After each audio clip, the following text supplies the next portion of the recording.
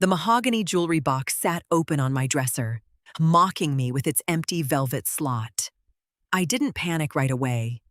At 65, I had learned that misplaced things usually turned up. But Arthur's heavy gold wedding band wasn't something you simply misplaced.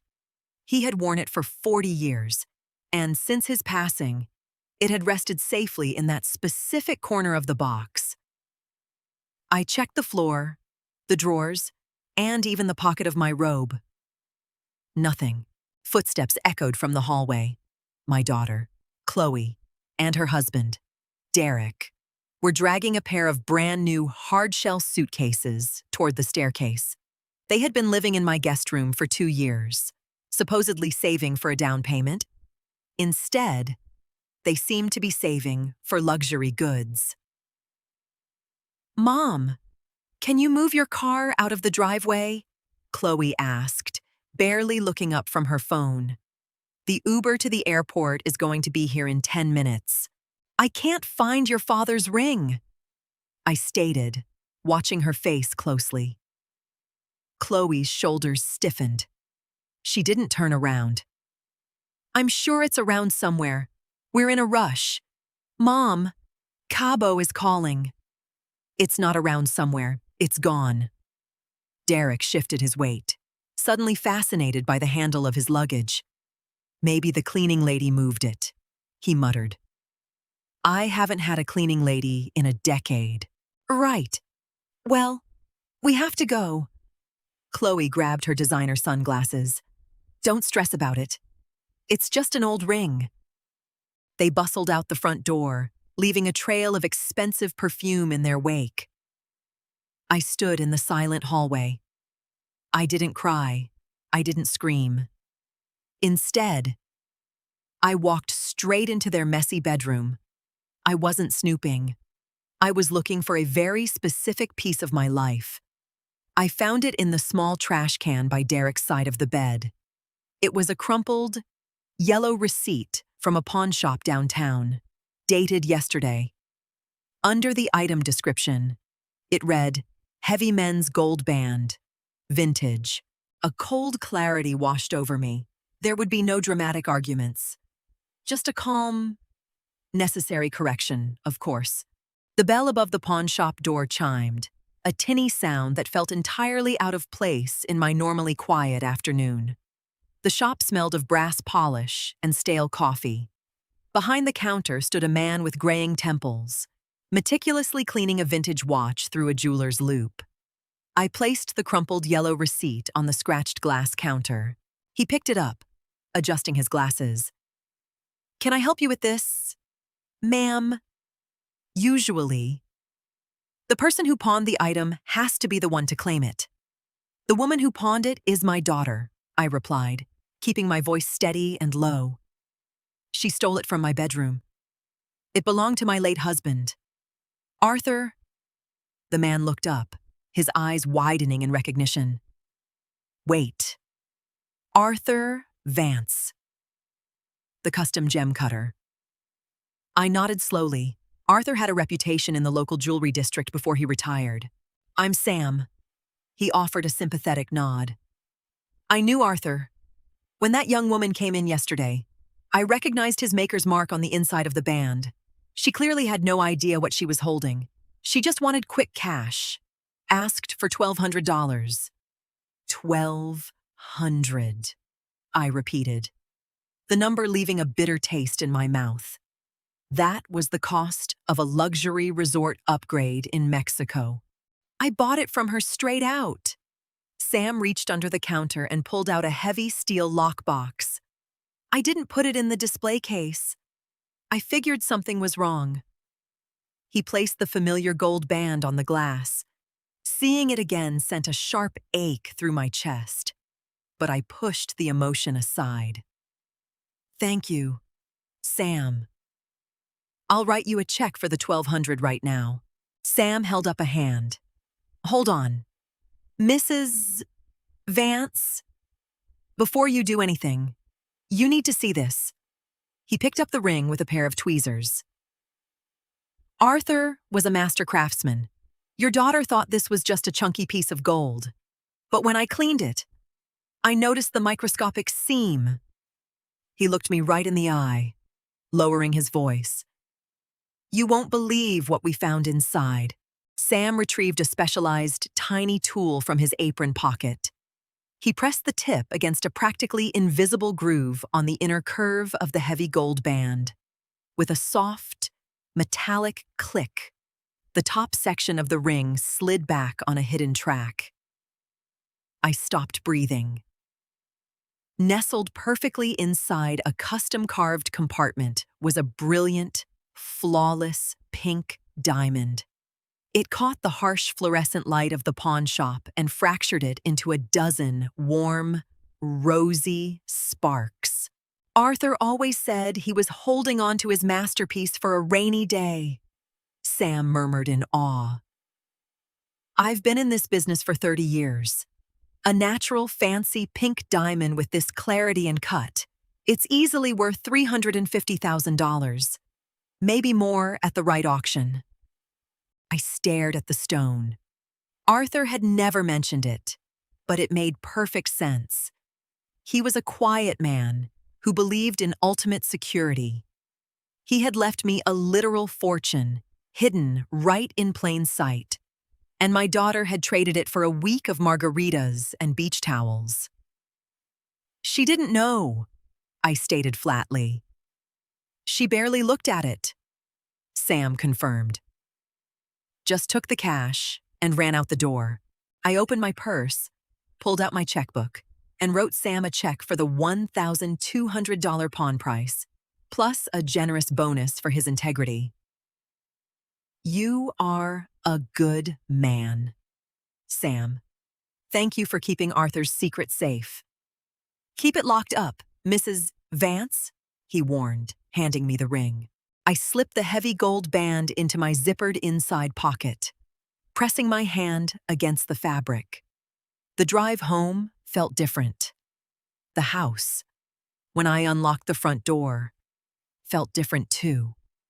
The guest room door was still ajar, exposing the chaotic mess Chloe and Derek had left behind. Empty takeout containers, discarded clothes, and wet towels ruined the hardwood. For 2 years, I had held my tongue, playing the supportive, grieving mother. I walked into my home office and sat at my desk. The grieving widow act was officially over. I didn't confront them over the phone. Anger is a luxury that clouds judgment, and I needed absolute precision. I opened my laptop and logged into my banking portal. For months, I had ignored the nagging feeling that my budget was shrinking faster than it should. Now, with the blindfold off, I scrutinized every line item. Chloe had a card linked to my primary checking account, originally intended for household emergencies. The emergencies, it turned out, included $400 at a high-end salon, $250 at a trendy steakhouse, and $800 at a boutique luggage store just 3 days ago. They were bleeding me dry, dollar by dollar, while living under my roof for free. I closed the laptop, picked up my purse, and drove to the bank. Good morning, Nora. The branch manager smiled. How can we help you today? I need to close my primary checking and savings accounts immediately, I instructed, handing her my ID. I want all the funds transferred to a brand new account, solely in my name, with no authorized users. The manager tapped her keyboard. Are you sure your daughter's card will be deactivated the moment we do this? That is exactly the point. Within 45 minutes, my money was locked away behind new account numbers, new passwords, and a new debit card sitting safely in my wallet. The financial tap that had watered Chloe's lavish lifestyle was completely shut off. On the way home, I stopped at the hardware store. I walked down the aisles with a clear purpose, ignoring the garden supplies and heading straight for the security section. I purchased 2 heavy-duty deadbolts and a large pack of contractor-grade moving boxes. My phone buzzed in my pocket. A text from Chloe with a photo of a tropical drink. Landed. The resort is amazing. Thanks for watching the house. I read the message, turned off my screen, and tossed the boxes into the trunk of my car. I was going to do a lot more than just watch the house. The house was completely silent when I returned. I carried the flattened cardboard boxes into the guest room and began assembling them. I didn't pack with malice. I packed with cold efficiency. I folded Chloe's designer sweaters most likely paid for with my money and stacked them neatly. I wrapped Derek's video game consoles in bubble wrap.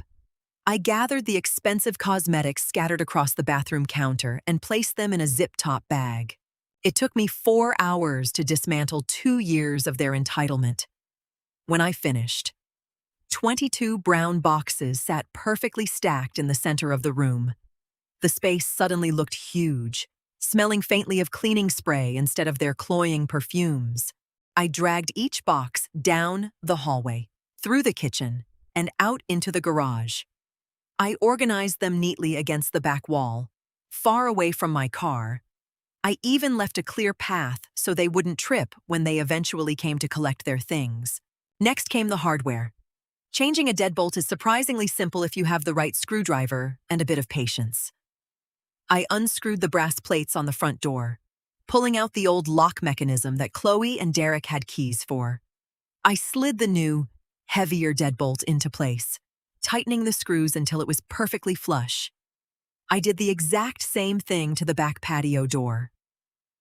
By sunset, the house was a fortress. I made myself a simple dinner roasted chicken and vegetables and ate at the dining table, enjoying the absolute quiet. There was no television blaring from the guest room, no passive-aggressive comments about my cooking, no subtle hints about needing cash for the weekend. I touched my pocket, feeling the solid weight of Arthur's ring. Tomorrow, I would visit the high-end jewelry auction house downtown to handle the pink diamond properly. Tonight, however, I was just going to enjoy my tea. The auction house in the financial district was a stark contrast to Sam's dusty pawn shop. Here, the floors were polished marble, and espresso was served in fine china. An appraiser named Julian examined the pink diamond under a brilliant halogen lamp, his hands trembling slightly. "Mrs.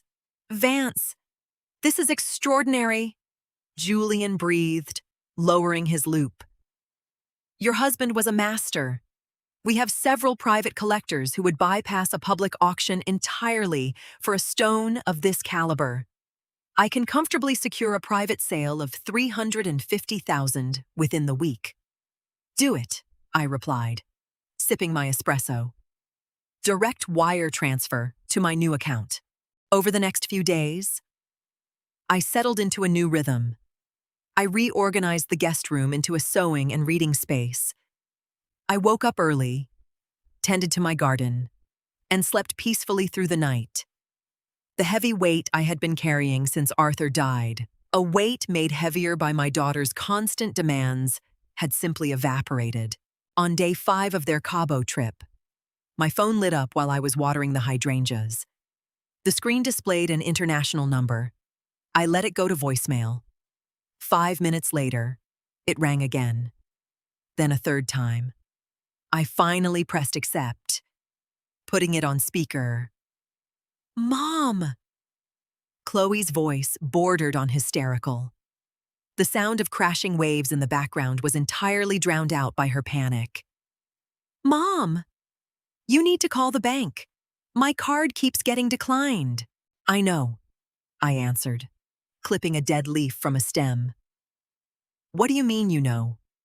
We just tried to pay for a catamaran excursion, and it was so embarrassing. The hotel is asking for a new card for incidentals. Call them and fix it." "I can't fix it. Chloe." I closed the account. Dead silence on the line. Then, Derek's voice filtered through, sharp and annoyed. "What is she talking about? I closed the joint account. Chloe. The card is dead. Have a lovely rest of your trip. I tapped the red button, ending the call, and went back to my flowers. My phone didn't stop vibrating for 2 solid hours. Text messages flooded the screen in rapid succession. Mom, stop joking around. We need to pay the hotel bill. Derek is furious. Pick up the phone. I ignored all of them, setting the phone on the kitchen counter while I baked a loaf of banana bread. The house smelled of cinnamon and vanilla. At exactly 4 p.m., my home phone rang. I answered it. Nora, Derek shouted, bypassing any greeting. What kind of stunt are you pulling? We are stranded in Mexico. You aren't stranded, Derek. You both have jobs. Don't you use your own credit cards? We maxed those out, paying for the flights. Chloe wailed from the background, grabbing the phone. Mom, they're going to lock us out of the room. You have to transfer money right now. Why would you do this to us? I was just looking over my bank statements. Chloe. I kept my tone perfectly level. $400 for hair extensions. $800 for luggage. You've been using my emergency fund as your personal allowance.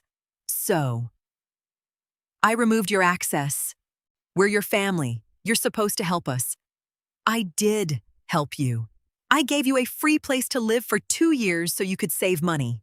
Instead, you stole your father's wedding ring from my bedroom and sold it to a pawn shop.